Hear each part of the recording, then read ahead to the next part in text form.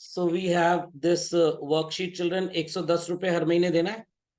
Total interest obligation कितना हो गया? लेट्स सी चिल्ड्रन, सारी वैल्यूज को ऐड कर देते हैं.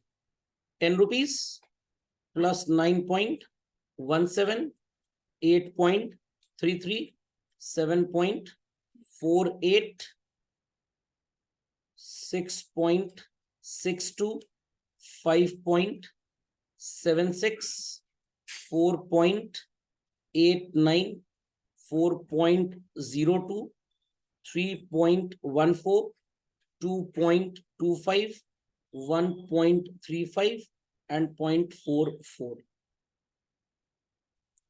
टोटल इंटरेस्ट कितना आ रहा है यहाँ पे बच्चों? 63.45. जस्ट होल्ड ऑन, एक बार रीचेक कर ले जरा.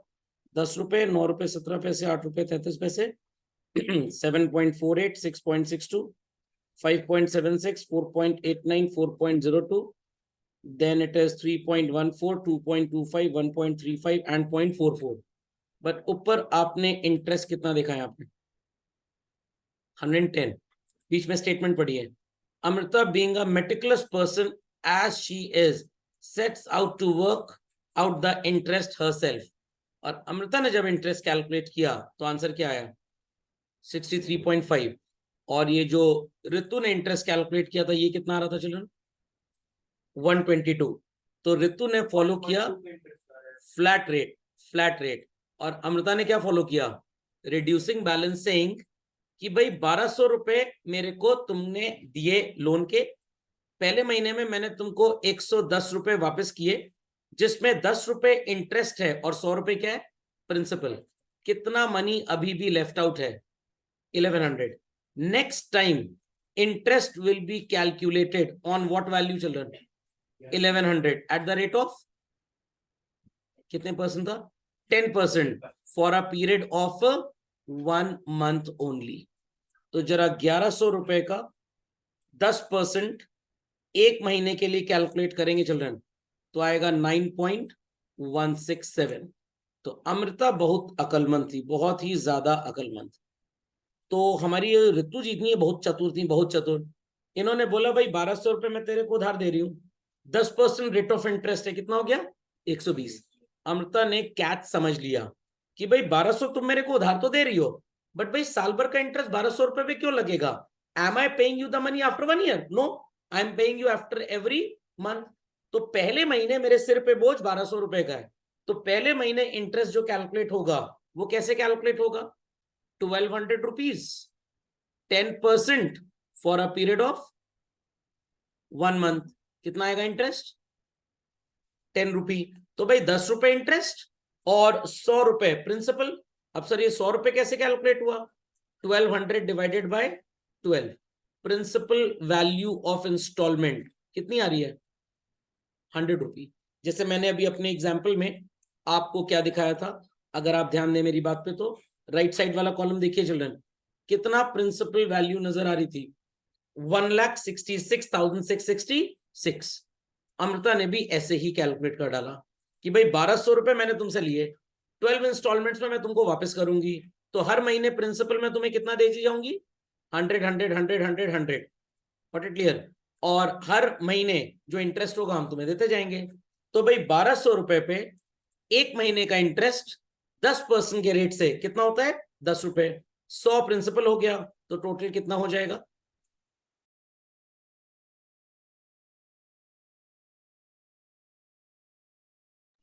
चलिए बच्चों, थोड़ा सा नेटवर्क प्रॉब्लम था. तो 1200 रुपए का 10% एक महीने के लिए कितना आ जाएगा? 10 रुपए. और 100 रुपए का प्रिंसिपल हो गया, जोड़ दीजिए, प्रिंसिपल प्लस इंटरेस्ट कितना बन जाएगा इंस्टॉलमेंट? 110. अब 1200 में 100 रुपए पे हो चुका है. How much is outstanding children? 1100.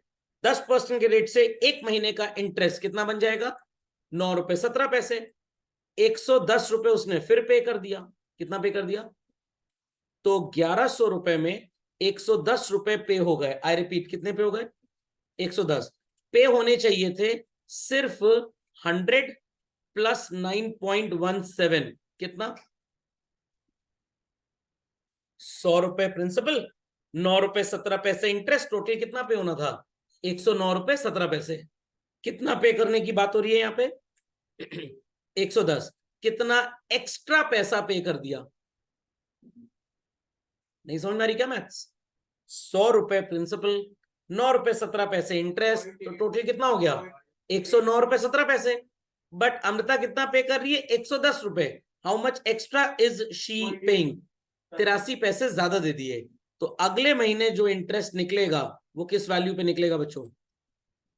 999.17। तो अमृता ने अपनी सहेली रितु को बोला कि तुम मुझे बेवकूफ बना रही हो।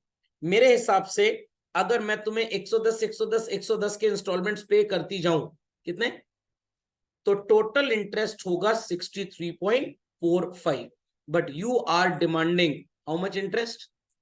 120। क्यों? क्योंकि मेरे को लग रहा है अमृता ने मेरा फाइनेंशियल लिटरेसी का वीडियो देख लिया होगा और इंटरेस्ट का कैलकुलेशन समझ लिया होगा।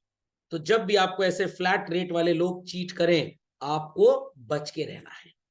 समझ में आ गई बात? नहीं तो आप भी HDFC का 4% वाला इंटरेस्ट ले लेते हैं, वरएज फायदा किसमें है? SBI के 6% में। समझ गए बात को? पक्का? Any confusion?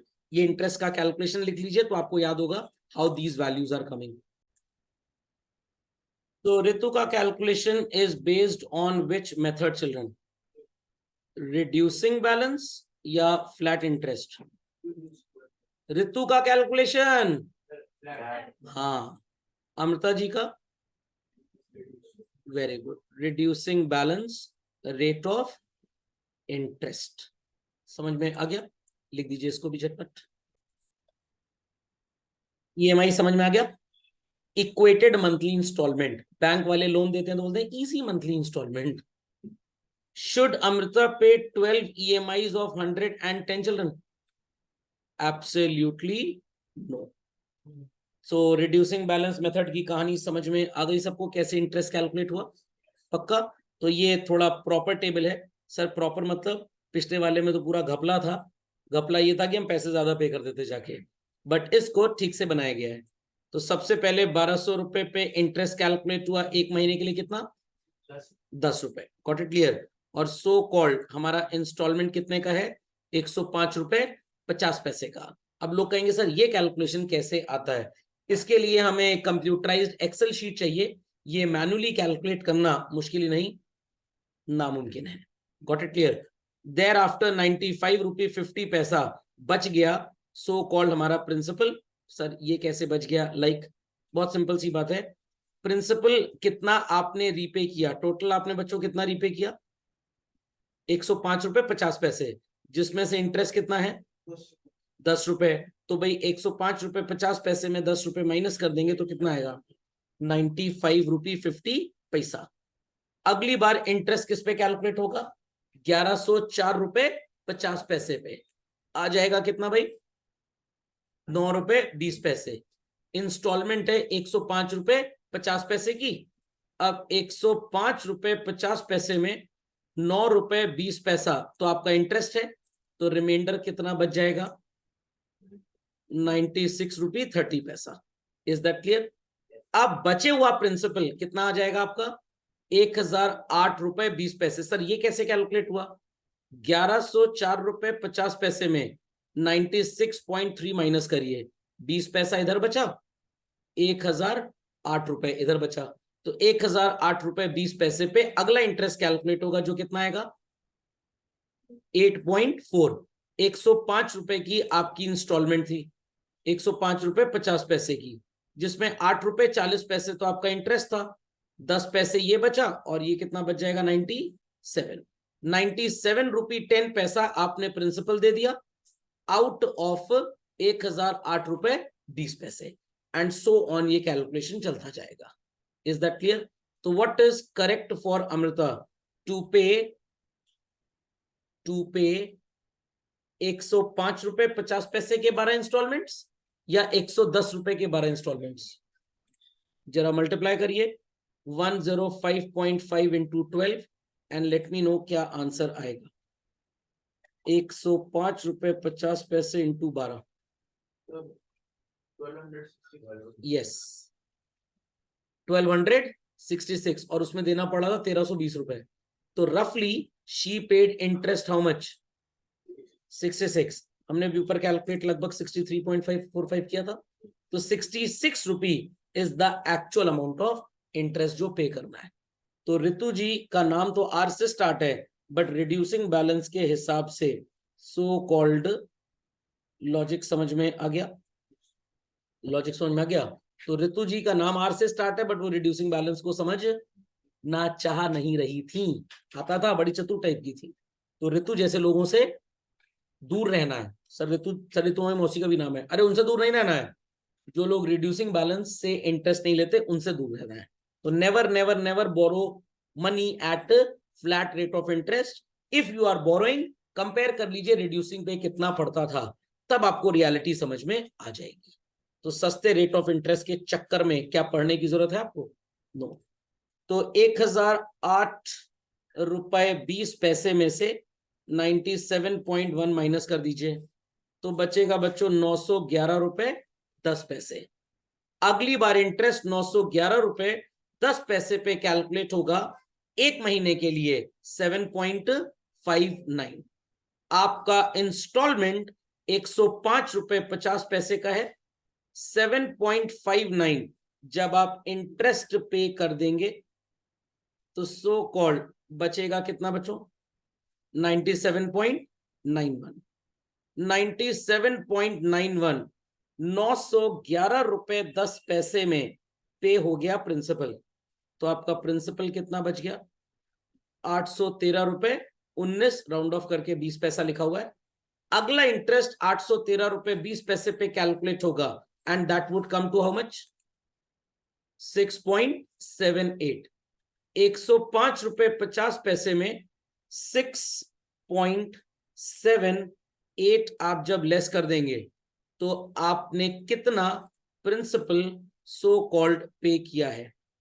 98 रुपी 72 पैसा। अब जो प्रिंसिपल बचेगा इट इज 714 रुपी 48 पैसा एंड सो ऑन।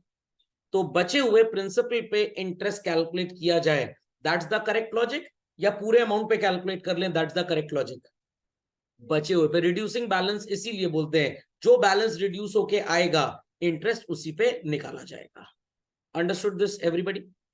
सबको समझ में आ गया? तो ये था हमारा second month, this is third, this is fourth, this is fifth and so on, cycle चलती रहेगी।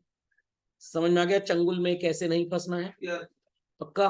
तो कोई भी आपको फोन करे, अरे बड़ा सस्ता रेट ऑफ इंटरेस्ट है 3.25% पे दे देंगे, तो आप पूछिएगा ये बताओ रिड्यूसिंग बैलेंस पे कितना पड़ेगा, तो वो भाग जाएगा, वो समझ जाएगा आप ज्ञानी इंसान है, मैंने आपको दिव्य ज्ञान दिया हुआ है। अंडरस्टूड? लिख लीजिए बच्चों झटपट इसको, बाकी आप कैलकुलेशन कर लेंगे इस तरह से जैसे मैंने यहाँ पे शो किया है, पूरा कंप्लीट कर लीजिएगा एंड तक as a part of homework. So what is reducing balance method, calculating interest का सबको क्लियर हो गया? चलो, सो प्लास्टिक मनी क्या होता है? अब तो जमाना प्लास्टिक मनी का भी खत्म हो गया है, अब जमाना आ गया है डिजिटल मनी और ई रूपी बेसिकली।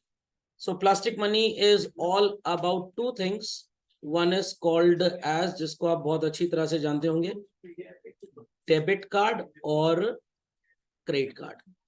क्या हुआ? नहीं होना चाहिए आपकी वर्कबुक में, नहीं है तो ये पेज शायद मिस हुआ होगा।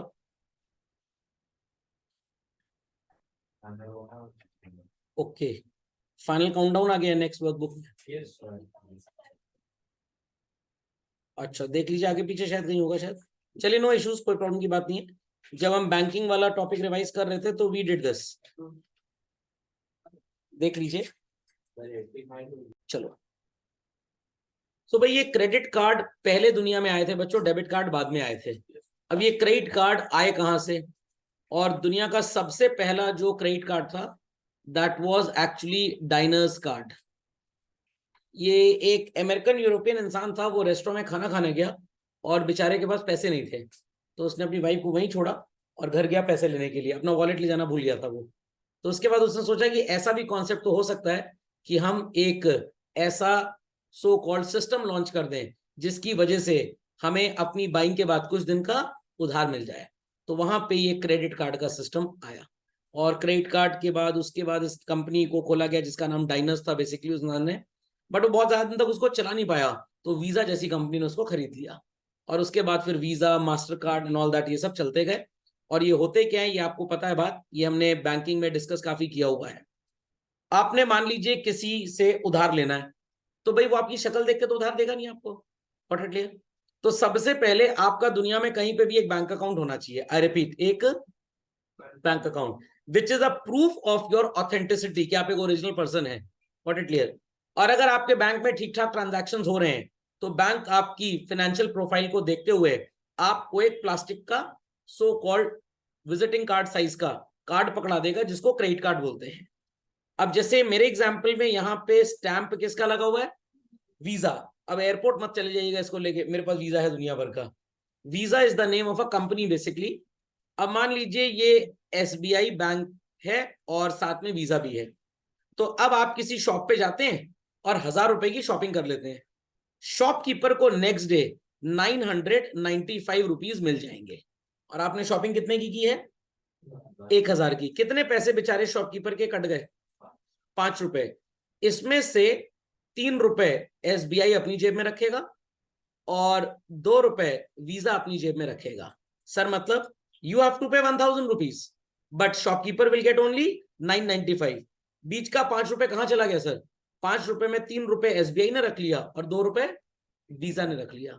सर ये वीजा क्यों रख रहा है पैसा, क्योंकि वीजा गारंटी दे रहा है बिजनेसमैन को कि देखो ये जो तुम्हारे यहां से 1,000 की शॉपिंग हुई है, अगर इस इंसान की जेब में हमारा क्रेडिट कार्ड ना होता तो ये शॉपिंग भी ना कर पाता, बिकॉज पैसे तो है ही नहीं इसके पास।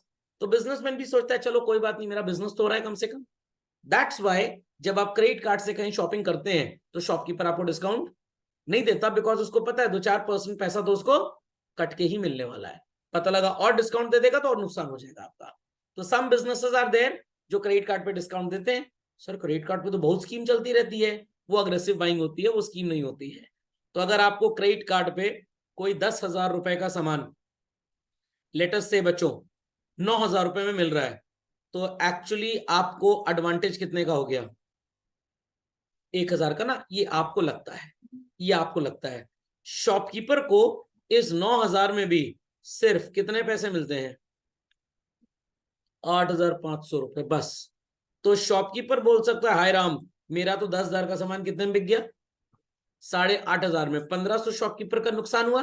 बैंक कह रहा है परेशान ना हो, बिल्कुल परेशान ना हो, तुम्हारा 1,500 का नुकसान नहीं है, क्योंकि तुम्हारा तो सामान ही कितने का था, 8,000 का।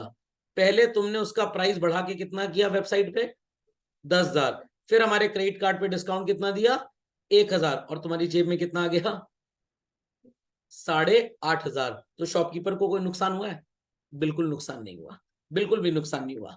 अभी मेरे फ्रेंड ने देखा कि भाई iPhone 15 was available at 71,999। HDFC का एक इंसिग्निया क्रेडिट कार्ड था जिसपे उसे आईफोन कितने का मिल रहा था, 62, 72 का 62। कितना पैसा माफ हो गया, 10,000 रुपए। एप्पल वाले 62,000 में से 2,000 रुपए HDFC को दे देते हैं। समझ में आ गया। हर इंसान के पास तो धरती में क्रेडिट कार्ड है नहीं, कुछ बेवकूफ तो इस प्राइस पे भी खरीदते होंगे। तो HDFC और एप्पल ने आपस में कमिटमेंट कर लिया कि भाई आपका कार्ड लेके अगर कोई आईफोन खरीदने आता है, हम उसे 10,000 का डिस्काउंट दे देंगे। बैंक का भी फायदा। सर बैंक का क्या फायदा, बैंक का ये फायदा है कि भाई आपको क्रेडिट कार्ड लेने के लिए किसी बैंक में अकाउंट खोलना पड़ेगा, आप कोई भिखारी तो है नहीं। और 10,000 रुपए जिस क्रेडिट कार्ड पे आपको डिस्काउंट मिल रहा है, आई रिपीट चिल्ड्रन, 10,000 रुपए जिस क्रेडिट कार्ड पे डिस्काउंट मिल रहा है, वो क्रेडिट कार्ड एक बहुत बढ़िया आइडेंटिटी लेके आ रहा है। वो क्रेडिट कार्ड हर इंसान को नहीं मिलता। इस कार्ड की साल भर की फीस होती है 25,000 रुपए। कितनी सर, 25,000 फीस देनी पड़ेगी हमको, बिल्कुल देनी पड़ेगी। सर बदले में फायदा क्या होगा, 10,000 का आईफोन पे डिस्काउंट मिल गया। इंटरनेशनली आप ट्रैवल करते रहते हैं, हर एयरपोर्ट पे आप 2 मील 24 घंटे में फ्री में खा सकते हैं। आपको पैसे, हाँ लॉन में जा सकते हैं, फ्री में खाना खा सकते हैं, स्टे कर सकते हैं, रिफ्रेशमेंट ले सकते हैं, वहां पे मुंह हाथ धो सकते हैं, ये चीजें आपको फ्री में मिलेंगी। फ्यूल भरवाने पे आपको 1% का डिस्काउंट मिलेगा। बट ये सर्विसेज किसको दी जा रही हैं, जो साल का किराया कितना दे रहा है, 25,000। जो एक कार्ड का 25,000 किराया दे सकता है, ही और she must be having crore of rupees in the banks. Bank उस करोड़ रुपए को, आपके पैसे को, किसी को लोन पे देता है। और पर्सनल लोन पे बैंक कितना इंटरेस्ट कमाता है? 16%। तो आपको बैंक कह रहा है हमारे यहाँ अकाउंट खोल लीजिए, और बैंक जानता है आपके पास बहुत पैसे हैं, आपने 1 करोड़ रुपए बैंक में रख दिया, और आपका बैंक बहुत अच्छी तरह से जानता है एनी हाउ 50 लाख रुपए तो हमेशा पड़ा ही रहेगा, वो कभी निकलेगा ही नहीं। इस 50 लाख को बैंक ने किसी इंसान को 16% पे लेंड कर दिया। What is 16% of 50 lakh rupees? Maths आती है तो बता सकते हैं। 16% 50 लाख का कितना होता है? अरे भाई 50 लाख का 10% 5 लाख, 6% 3 लाख, कितना? 8 लाख रुपए। बैंक आपके पैसे से कितना कमा रहा है? 8 लाख। स्कीम देगा, किराया भी माफ आपके क्रेडिट कार्ड पे, आईफोन पे डिस्काउंट भी मिलेगा 10,000 का, बट उधर से कमाया कितना बैंक ने? 8 लाख रुपए। तो इधर एप्पल वालों से बात करेगा, सामान बिकवाना है ना, तुम्हारा सामान तो कोई इंडिया में खरीदता नहीं है, महंगा बहुत ज्यादा है, हमारे कार्ड के थ्रू बिक जाएगा सामान। तो एप्पल को फायदा क्या है? सेल मिल रही है।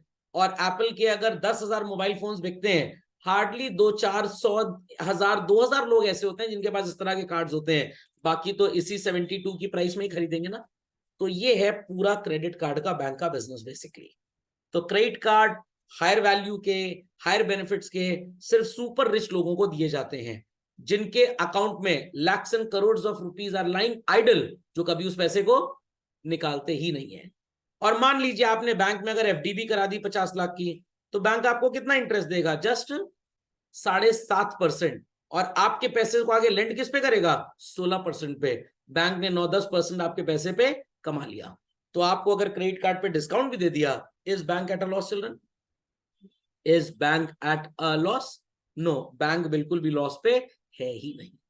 समझ में आ गया? और जब किसी ने देखा अच्छा इस कार्ड पे 10,000 का डिस्काउंट मिल रहा है, चलो मैं भी इसी बैंक में अकाउंट खोलता हूं, वो नया मुर्गा है, बैंक उससे कहेगा पहले 2 साल तो आपको किराया कार्ड का देना पड़ेगा, उसके बाद आपकी क्रेडिबिलिटी अच्छी हो जाएगी तो हम किराया माफ कर देंगे। इज दैट क्लियर और नॉट क्लियर? पक्का? अभी एचडीएफसी बैंक ने मेरे को मनी बैक कार्ड दिया, इंसिग्निया कार्ड मेरे को लोग दे रहे थे, जिसपे 10,000 रुपए की सो कॉल्ड रेंटल थी, और उन्होंने कहा सर 6 महीने बाद आपका रेंट भी वेव ऑफ हो जाएगा, प्रोवाइडेड आप पहले 6 महीने में 2 लाख रुपए की शॉपिंग करें उस क्रेडिट कार्ड से, क्योंकि जहां से मैं शॉपिंग करूंगा वो शॉपकीपर 20-25% कमाएगा मेरे से, बैंक के साथ वो अपना प्रॉफिट शेयर करेगा, और बैंक मेरे को रेंट माफ कर देगा। Is that clear? ये पूरी कहानी है क्रेडिट कार्ड की। और होता क्या है, क्रेडिट कार्ड के चक्कर में पीपल डू अग्रेसिव बाइंग, और इस बाइंग से बिजनेसमैन को प्रॉफिट्स इतने होते हैं, वो बैंक के साथ अपने प्रॉफिट शेयर करते हैं। इवन एसबीआई के नॉर्मल क्रेडिट कार्ड में, जिसकी साल की फीस 1,000-1,500 है, every month you get 2 PVR INOX cinema tickets free of cost children. ये बढ़िया है सर, 500 की टिकट है, टाइगर 3, टाइगर 4, टाइगर 5 की फ्री में मिल रही है। ठीक है, वो तो फ्री में मिल रही है, 550 की पॉपकॉर्न की बाल्टी खरीदोगे ना, what is the cost of that quantity of popcorn? Not more than 25 rupees. सड़क पे ठेले पे खरीद लीजिए, 25-30 रुपए मिल जाता है उतना पॉपकॉर्न, या चलिए 50 में मिल जाता है, आप 550 दे रहे हैं, कितना एक्स्ट्रा? 500। और अगर आपने एक पॉपकॉर्न ले लिया 500 का, 400 रुपए 300 रुपए का पिज्जा ले लिया, 200 का बर्गर ले लिया, 1,000, और 300 रुपए की वो टॉयलेट वाटर की कंटेनर, अरे कोल्ड ड्रिंक, तो आपने 1,500 रुपए पीवीआर को मत्था टेक दिया, इसमें से 300 रुपए एसबीआई के पास चला जाएगा। समझ में आ गया? तो 1,500 में से 300 गया एसबीआई के पास, कितना बचा? पीवीआर को कितना बचा? तो जो सोते रहते हैं क्लास में, 1,200। सामान कितने का था? मुश्किल से 200 रुपए का, 1,000 पीवीआर ने कमा लिया आपसे। ऐसे तो आप मूवी देखने आते ही ना। Understanding the story? तो क्या क्रेडिट कार्ड अकलमंद इंसान को लेना चाहिए? नो। क्रेडिट कार्ड सिर्फ उसको एडवांटेज देता है जिसको उस तरह के एडवांटेजेस चाहिए। तो एचडीएफसी वाले ने मेरे कॉल किया, सर वो इंसिग्निया कार्ड है, 10,000 रुपए उसकी मेंबरशिप है, आपको सर एग्जेम्प्ट रहेगा, सर आपको लॉन्च एक्सेस मिलेगा एयरपोर्ट पे, ऑल दैट। मैंने कहा मेरा पासपोर्ट ही नहीं है, मैं लॉन्च एक्सेस ले करूँ क्या? कोई बस अड्डे का लॉन्च एक्सेस है तो दे दो, ट्रेन ट्रैवल का कुछ है तो दे दो। कह रहा नहीं सर ऐसा तो कुछ नहीं है, फोन ही कट गया फिर उसका। समझ में आया? फिर बाद में फोन किया, सर कोई प्रॉब्लम आ रही सर्विसेज से? मैंने कहा हाँ, ये जो बार बार तुम फोन करते हो यही सबसे बड़ी प्रॉब्लम है, तो अगली बार से फोन मत करना। Logic understood children? So they see कि भाई पर्सन है, अकाउंट में ढेर सारे पैसे पड़े हैं, भागेगा तो नहीं, ट्रैक रिकॉर्ड भी अच्छा है, कभी किसी लोन पे डिफॉल्ट किया ही नहीं, इस मुर्गे को फंसाते हैं। बट मुझे यही नहीं पता, ये मुर्गा तो ज्ञान दे रहा है सबको, इसको कैसे फंसा पाओगे? क्रेडिट पॉइंट्स हाँ, बट है क्या, आप जब स्पेंडिंग करेंगे तभी तो मिलेगा ना, और आप कितनी जगह फालतू स्पेंडिंग करते हैं तब क्रेडिट पॉइंट्स आपको मिलते हैं। आप चाट के ठेले पे 50 रुपए का पेमेंट करेंगे, कोई क्रेडिट पॉइंट नहीं मिलेगा। अमेजॉन से जब 500 की शॉपिंग करेंगे तो आपको 20 क्रेडिट पॉइंट मिल जाएंगे। फिर उनको एनकैश कराएंगे तो पैसा आएगा, फिर आप उनको खर्च करेंगे, तो अल्टीमेटली पैसा जाएगा ही जाएगा, या बैंक में ही पड़ा रहेगा वो पैसा। क्रेडिट पॉइंट आपके घर में कैश नहीं आता ना, आपके कार्ड पे मान लीजिए 2000 क्रेडिट पॉइंट है और 1 पॉइंट 2 रुपए का है, व्हाट इज 2000 इंटू 2? 4000। बैंक ने अपने प्रॉफिट में से 4000 आपको दे दिया, वो 4000 आपके अकाउंट में ही जमा है, आपके घर में नहीं आ रहा। वो 4000 रुपए बैंक को पता है कि आपकी स्पेंडिंग उतनी है ही नहीं, बैंक उसको किसी को लेंड करेगा। आपको तो इंटरेस्ट 3% देना है सेविंग अकाउंट पे, एफडी पे 7.5 देना है, लेंडिंग तो 16% पे।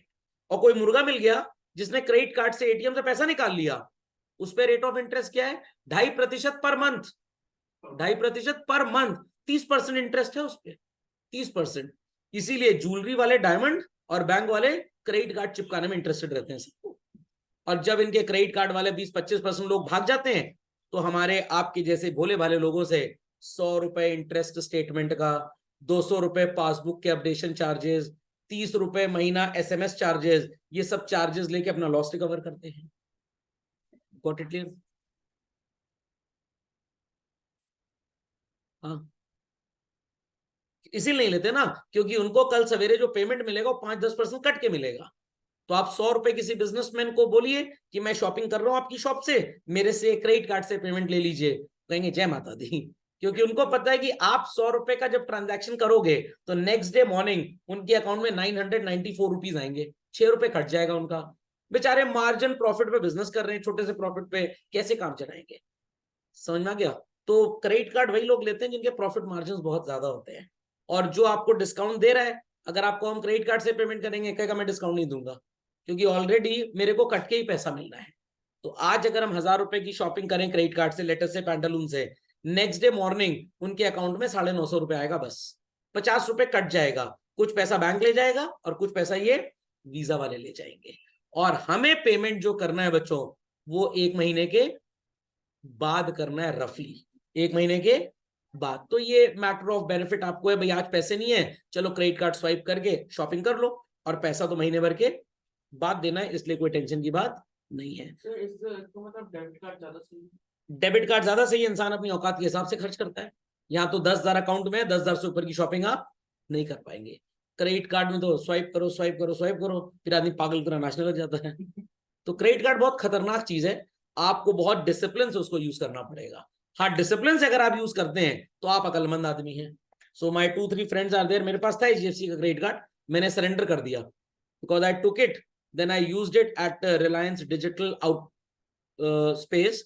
तो वहां पे 16,000 रुपए का टैबलेट मेरे को 10,000 मिल रहा था, 6,000 रुपए का डिस्काउंट।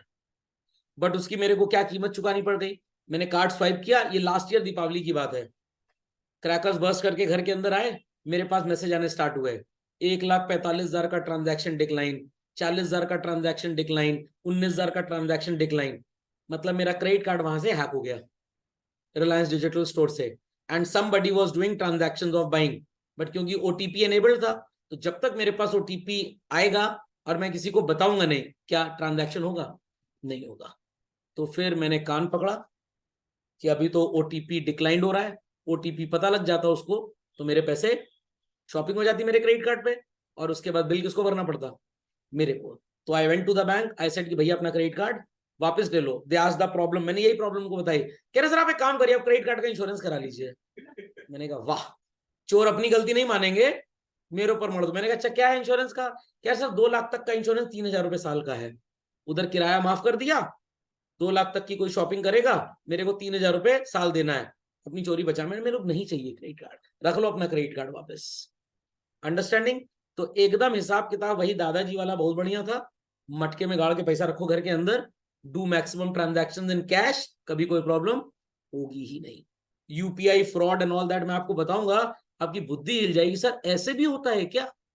ऐसे भी होता है। एक बहुत ध्यान से कहानी सुनिएगा, जब आप पेमेंट करते हैं तो आपके फोन पे मैसेज आता है ना, आपके फोन पे मैसेज आता है। There are people around the globe children, जब आपने अमेजोन को कुछ ऑर्डर दिया और जब आप पेमेंट कर रहे हैं बैंक को, तो आपके पास ओटीपी आती है, आप ओटीपी पुट करते हो तो ट्रांजैक्शन एग्जीक्यूट होता है। तो यहां पे कहानी क्या है, ये है आप, ये है सो कॉल्ड अमेजोन, ये है बैंक, ठीक है, जहां से पेमेंट निकलनी है। अब आपने अमेजोन पे ऑर्डर प्लेस किया, अमेजोन ने कांटेक्ट किया बैंक को, बैंक ने वापस आपको रिक्वेस्ट किया कि भाई ओटीपी दो तो इनका पेमेंट क्लियर हो। आपने ओटीपी दे दिया, पेमेंट क्लियर हो गया, अमेजोन के अकाउंट में पैसा चला गया, ऑर्डर कल डिस्पैच हो जाएगा, 3 दिन में आपको मिल जाएगा। अब कहानी हैकर्स की कहां से स्टार्ट होती है, हैकर्स आर समवेयर हेयर, समझ में आ गया।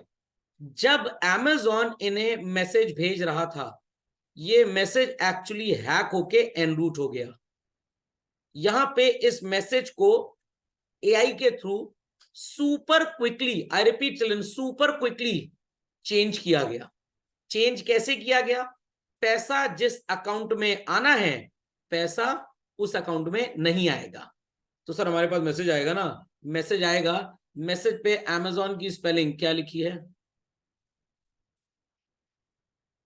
अमेजन, जल्दी जल्दी में आपको तो अमेजोन ही लगेगा, और आपने ओटीपी शेयर कर दिया, पैसा बैंक से जो निकलना था आपके और जाना था अमेजोन के पास, वो यहां पे चला आया, और ओरिजिनल सेलर को पैसा मिला ही नहीं। 99% people around the world do not check their bank passbook on the mobile application और इंटरनेट बैंकिंग रेगुलरली। तो उनको लगता है ठीक है मैसेज आया, हमने शेयर कर दिया, पैसा तो पे हो गया, वहां से सामान आया ही नहीं, या आप बहुत बिजी बिजनेस मैंने आपके घर पे सामान आना था, घर वालों ने आपसे पूछा नहीं, आपने भी उनसे नहीं पूछा कि सामान आया कि नहीं आया। 3 महीने बाद वाइफ ने पूछा हस्बैंड से, वो तुमने ऑर्डर नहीं किया था, नहीं मैंने तो ऑर्डर कर दिया था, सामान तो आया नहीं, पेमेंट तो कट गया था। आप बैंक गए, पासबुक अपडेट कराई, या इंटरनेट बैंकिंग में पूरा डेटा देखा, पैसा तो निकला आपके अकाउंट से। अमेजोन को आपने कांटेक्ट किया, अमेजोन सेड कि आपका पेमेंट तो आए नहीं, तो हमने ट्रांजैक्शन को कैंसिल कर दिया। उन्होंने आपको ईमेल भेजी थी कैंसिलेशन की, बट आपने ईमेल पढ़ी ही नहीं, पता लगा आपका पैसा कहीं और चला गया।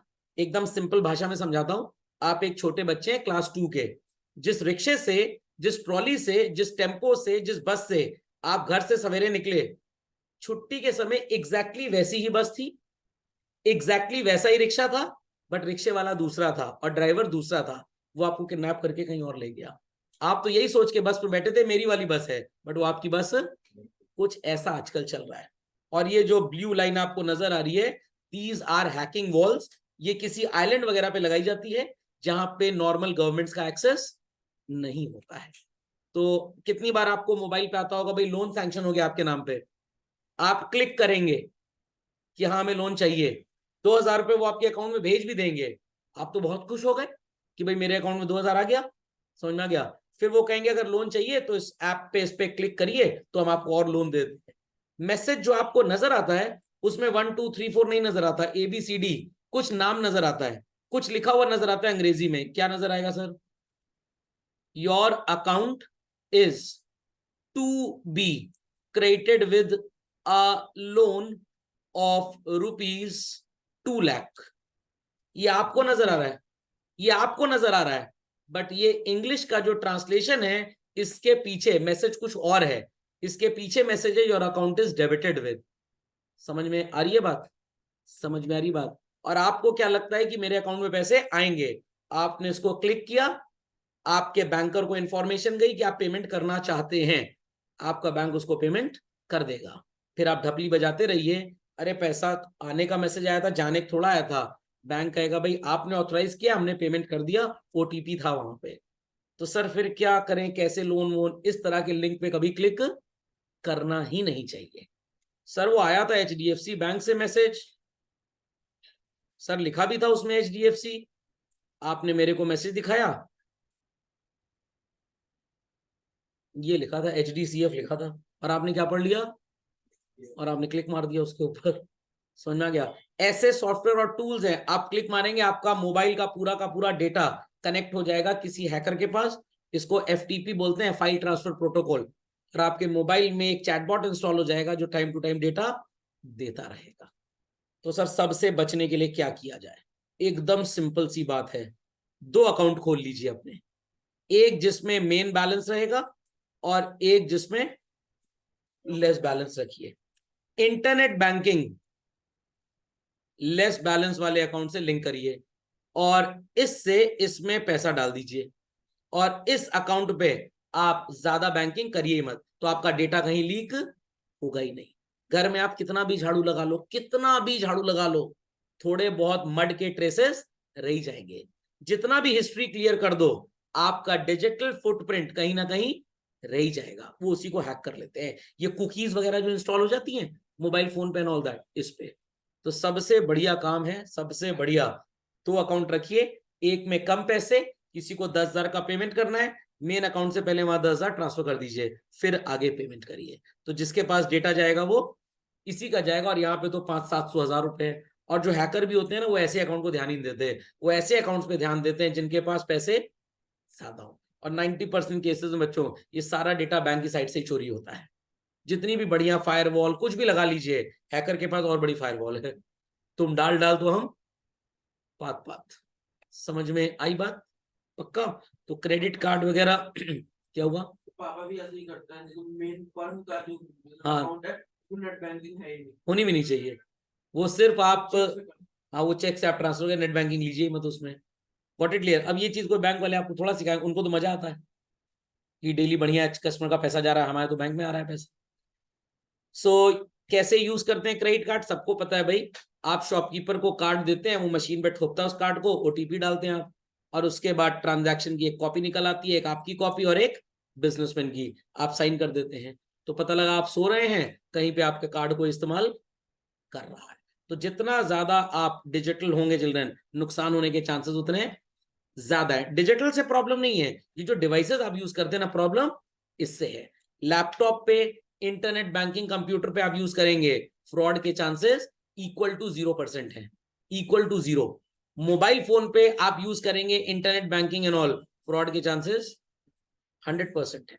क्योंकि लैपटॉप पे विंडोज है या एप्पल का iOS है या ऑपरेटिंग सिस्टम है, इनको हैक करना मुश्किल है। बट मोबाइल फोन का एंड्रॉयड हैक करना बहुत आसान है, बहुत आसान है। Got it clear? इसलिए जब भी आप इंटरनेट बैंकिंग एंड ऑल करें, यूज इट थ्रू लैपटॉप और कंप्यूटर स्क्रीन।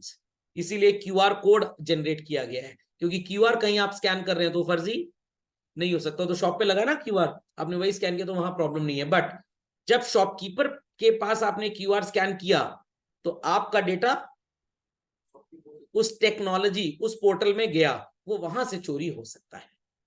समझ में आया?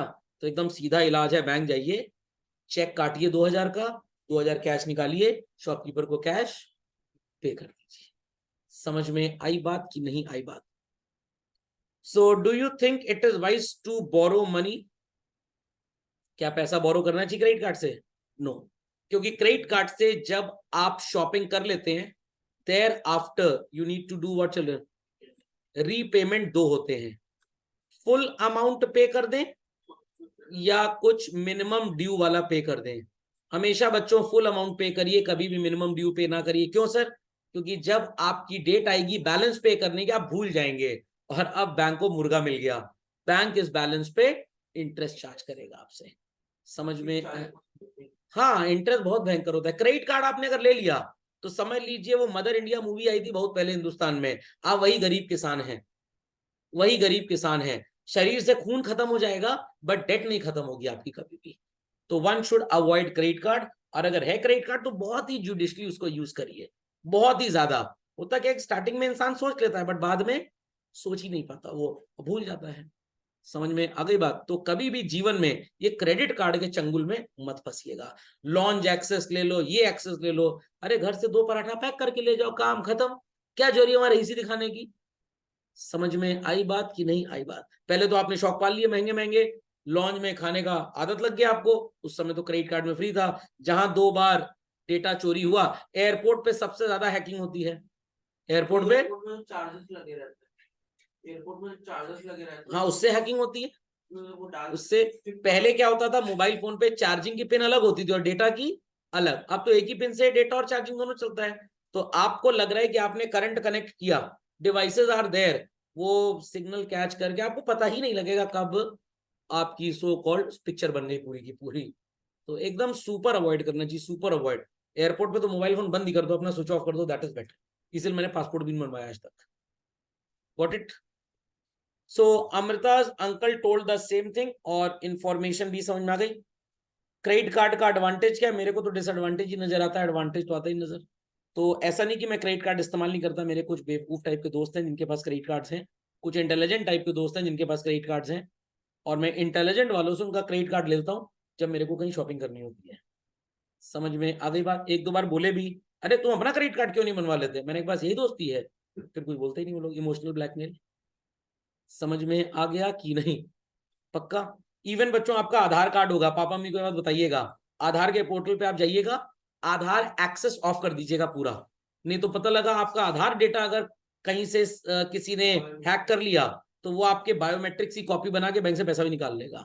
तो बायोमेट्रिक्स ऑफ कर दीजिए, तो जहां पे भी कल को इनको यूज करना है, ये इस्तेमाल नहीं हो पाएंगे। मोबाइल फोन पे अगर आपके पास बैंक का एप्लीकेशन है, उसको ऑन करके सारे पेमेंट्स ऑफ कर दीजिए। कहीं पे आपको पेमेंट करना हो तो ऑन करिए, पे करिए, फिर ऑफ कर दीजिए उसको। तो वहां पे परमिशंस होती हैं कि आप पेमेंट करवाना चाहते हैं या नहीं, तो आप हैकिंग वगैरह से बच जाएंगे। Is that understood? मैं इसका एक एग्जांपल आपको कोशिश करता हूं दिखाने की, just hold on. Credit card के एडवांटेजेस हैं, थोड़ा डिस्काउंट मिल जाता है, और कैसे मिलता है मैंने आपको बता दिया। Okay, so precautions to be used with credit card: sign into the signature panel as soon as you receive your credit card, maintain utmost secrecy, मेरे को बता दीजिएगा पिन कोड, बाकी किसी को मत बताइएगा। ओके, बैंक के एटीएम से पहले आपको पिन कोड जो होता था एटीएम का, वो एक मेल आती थी अलग से, मेल मतलब एक चिट्ठी आती थी, उसके अंदर पिन कोड होता था। अब ग्रीन पिन बनता है, क्या बनता है? Green pin. ये सर हरे रंग का होता है क्या? ग्रीन इसलिए बोलते हैं बिकॉज पेपर का वेस्टेज नहीं है। आपको जाना पड़ेगा अपने बैंक के एटीएम, कार्ड इंसर्ट करेंगे, वो स्टेप्स आपसे पूछेगा, फिर आपको अपना पिन खुद से बनाना होगा। जो पिन आप बनाएंगे वही आप उसको इस्तेमाल करेंगे। ऑनलाइन IVRS कॉल के थ्रू भी आप पिन बना सकते हैं, कैसे भी। क्या हुआ? किसी का पिन कोई फर्क नहीं पड़ता। क्रेडिट कार्ड का जो 16 डिजिट का नंबर होता है उसके साथ वो कॉम्बिनेशन तो चेंज रहेगा ना। क्रेडिट कार्ड नंबर तो सबका अलग अलग है, ठीक है। जैसे मान लीजिए मेरे एटीएम कार्ड का नंबर है 1234, मैंने पिन आपको बता दिया इजिली, ठीक है। तो आप भी अपना पिन 1234 रख लीजिए, बट हमारा एटीएम कार्ड और आपका एटीएम कार्ड का जो 16 डिजिट का कोड होगा वो सेम नहीं होगा। ओके, और हर 15 दिन 20 दिन में कीप इट चेंजिंग। अगर आप सेम रखेंगे तो फिर हैकिंग हो सकती है, क्योंकि डेटा हैक हो गया, पिन उसको पता लग गया। समझ में आ गया? Make sure that your credit card is return to you immediately after completing the purchase. कुछ लोग भूल जाते हैं लेना। उसके बाद चेक करते रहिए हर दिन। मैं तो एक भी ट्रांजैक्शन बैंक में होता तुरंत ऐप खोल के चेक करता हूँ कि ट्रांजैक्शन हुआ या नहीं हुआ। तो इस तरह के फ्रॉड्स होते हैं चिल्ड्रन। पैसा तो आपके पास मांगने की रिक्वेस्ट OTP आ रहा है, बट जा कहीं और रहा है। तो जो मैसेज आ रहा है उस मैसेज को ध्यान से पढ़िए, स्पेल चेक कर लीजिए। सर अंग्रेजी पढ़नी पड़ेगी इसका मतलब, समझ में आ गई बात? एंड मेजॉरिटी केसेस में order through cash on delivery mode only, ताकि आपको कभी भी डिजिटल सो कॉल्ड फुटप्रिंट कहीं पे आपका छूटे ही ना। सर वो कैश ऑन डिलीवरी में 40 रुपए महंगा देता है, कोई बात नहीं, अगर फ्रॉड हो गया तो 40 का 40,000 चला जाएगा आपका। समझ में आ गई बात? Keep a list of all your card numbers and make sure they are in secure place. List बना के व्हाट्सएप स्टेटस मत लगा दीजिएगा। लिस्ट बना के पासवर्ड की आईडी की व्हाट्सएप स्टेटस लगा दिया लोगों ने। बट इट, हाँ कुछ होते हैं ऐसे बेवकूफ टाइप के लोग। समझ में आ गई बच्चों बात? डायरी में लेकर, डायरी चोरी हो गई तो घर के लॉकर में चोर आ गया तो दिमाग इतना स्ट्रांग रखिए। सर हाथ में टैटू बनवा लेंगे क्या? चलिए, so I do not have a fixed income, Subrata ji बोल रहे हैं, और सो कॉल्ड कुछ महीनों में तो 80,000 तक कमा लेते हैं, 25 लाख रुपए का घर खरीदना चाह रहे हैं, कौन सा लोन इनको लेना चाहिए? क्यों? क्योंकि हाउसिंग लोन पे rate of interest is very very very very very less. समझ में आ गया? अनुजा 25,000 रुपए महीना कमाई है, 13 लोग हैं, मोहल्ला है पूरा घर में लग रहा है, पूरी इनकम तो चली जाती है घर के खर्चे में। अब इन्हें कौन सा लोन मिल सकता है? The best favourite loan of any banker to be lent, 16 से 22% तक का इसका इंटरेस्ट रेंज करता है चिल्ड्रन। हर बैंक चाहता है कि लोग हाउस भी पर्सनल लोन से ही खरीद लें। ओके, हाउस लोन बैंक को कैसे पता चलता है कि हाउस लोन ले रहा है? आपको पैसा नहीं देगा बैंक, बैंक बिल्डर के अकाउंट में पैसा ट्रांसफर करेगा। समझ में आ गया? फिर जो घर की आप रजिस्ट्री कराते हैं उस रजिस्ट्री के ओरिजिनल पेपर्स बैंक में जमा हो जाते हैं और प्लस इंस्पेक्शन होता है साइट पे आके। ओके, कौशिक जो है वो कॉल सेंटर का एम्प्लॉय है, कार लोन चाहिए 3 साल का। जब औकात नहीं है तो कार खरीदने की काहे लोन ले रहे हो भाई? ई रिक्शे से चले जाओ, मेट्रो ट्रेन से चले जाओ। 1 साल पहले इसने जॉब छोड़ दिया क्योंकि बीमार हो गया था, अब ये मंथली इंस्टॉलमेंट नहीं ले पा रहा है। Now he needs a loan for starting a company of his own. सबसे पहले मेरे हिसाब से इसको एक टर्म प्लान लेना चाहिए इंश्योरेंस का। सिक है और कहीं मर मरा गया तो बीवी बच्चे घर में बर्तन झाड़ू लगाएंगे सबके, तो पहले तो एक टर्म प्लान ले लें। तो भाई इसे भी कौन सा लोन मिलेगा? इसे बिजनेस लोन तो मिल जाएगा, प्रोवाइडेड इसके पास कुछ कोलैटरल होना चाहिए, सिक्योरिटी होनी चाहिए बैंक वालों को प्लेज करने के लिए। हाँ, इसके पास एक एंसेस्ट्रल लैंड है जिसकी वैल्यू 20 करोड़ रुपए है। बैंक वाले इस लैंड को गिरवी रख के इसे 15 करोड़ रुपए लोन दे देते हैं। Is that clear? तो जमीन के जो ओरिजिनल कागज होंगे वो बैंक के पास जमा होंगे। म्युनिसिपल कॉर्पोरेशन में एक नोटिफिकेशन जाएगा कि इस लैंड को किसी को सेल करने की इंफॉर्मेशन ना दें, और जगह जगह फैक्ट्री में या बिजनेस में बोर्ड्स लगाने पड़ेंगे, प्लेकार्ड्स लगाने पड़ेंगे, the property is secured with so and so bank against loan, ताकि खरीदने वाला बेवकूफ ना बने। ओके, ये हॉर्स ब्रीडिंग रैंच चालू करना चाहते हैं और इन्हें चाहिए कितना? 1 करोड़ रुपए। इन्हें भी बिजनेस लोन मिलेगा। ये 15 लाख रुपए अपना लगा रहे हैं और बैंक से कितना पैसा मांग रहे हैं? 85 लाख। तो इस 15 लाख को बोलते हैं मार्जिन मनी। व्हाट? जो पोर्शन ऑफ द लोन आप इन्वेस्ट करते हैं। समझ में आ गई बात? क्या? ये तो लोन की बात हम कर रहे हैं ना। पेंट हाउस खरीदना है, मतलब जहां पे पेंट बेचेगा ये। पेंट हाउस जानते हैं ना क्या होता है? ग्राउंड फ्लोर फिर फर्स्ट फ्लोर, लाइकवाइज कंबाला हिल पे हाउसिंग लोन इन्हें चाहिए। बैंक वाले कहेंगे पहले हाउस अग्रीमेंट लेके आओ जिससे तुम घर खरीद रहे हो, हम चेक करेंगे कि सही में तुम घर खरीद रहे हो या फेक है। कुछ लोग पता है क्या कलाकारी करते हैं? बिल्डर के साथ सेटिंग कर लेते हैं। क्या सेटिंग सर? बिल्डर से कहते हैं कि आप ये बता दीजिएगा बैंक को कि हमने 50 लाख का फ्लैट खरीदना है। बैंक वाले आपको पैसा देंगे, उसमें से 45 लाख हमको दे दीजिएगा। इसीलिए बैंक ने बोला है घर खरीदने के बाद उसकी जो रजिस्ट्री के पेपर्स हैं वो बैंक में डिपॉजिट होंगे। म्युनिसिपल कॉर्पोरेशन में हाउस का म्यूटेशन कराना पड़ता है। व्हाट?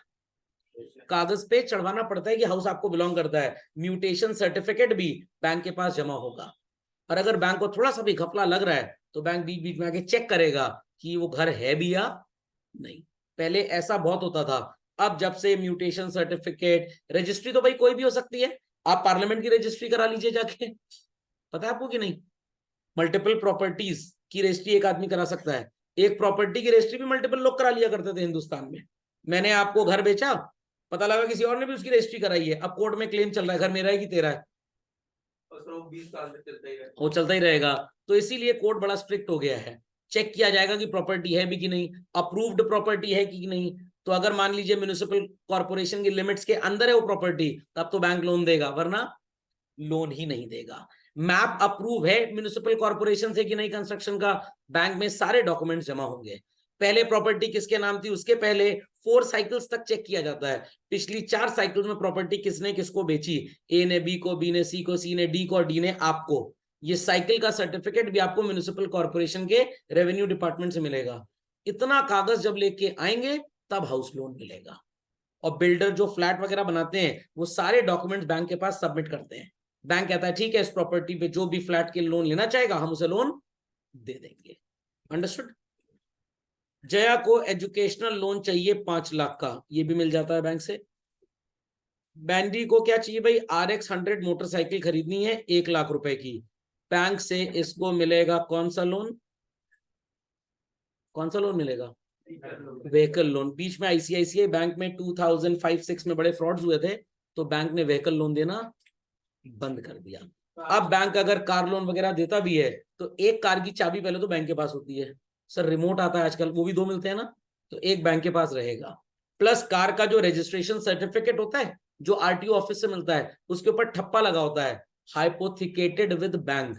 तो कल को अगर आप कार अपनी किसी को बेचेंगे, वो सर्टिफिकेट को देख के पहचान जाएगा कि ये कार अगेंस्ट लोन ली गई थी। ओके, कंज्यूमर लोन तो पता होगा क्या होता है, mobile phone, house hold devices and all that. समझ गए बच्चों? चलिए 70-20 रूल अगले लेक्चर का है, और हमारा लास्ट सेशन फाइनेंशियल लिटरेसी का, called as final countdown. Got it clear? चलिए, तो ये नेक्स्ट लेक्चर में स्टार्ट करेंगे। किसी की कोई क्वेरी है तो पीपल कैन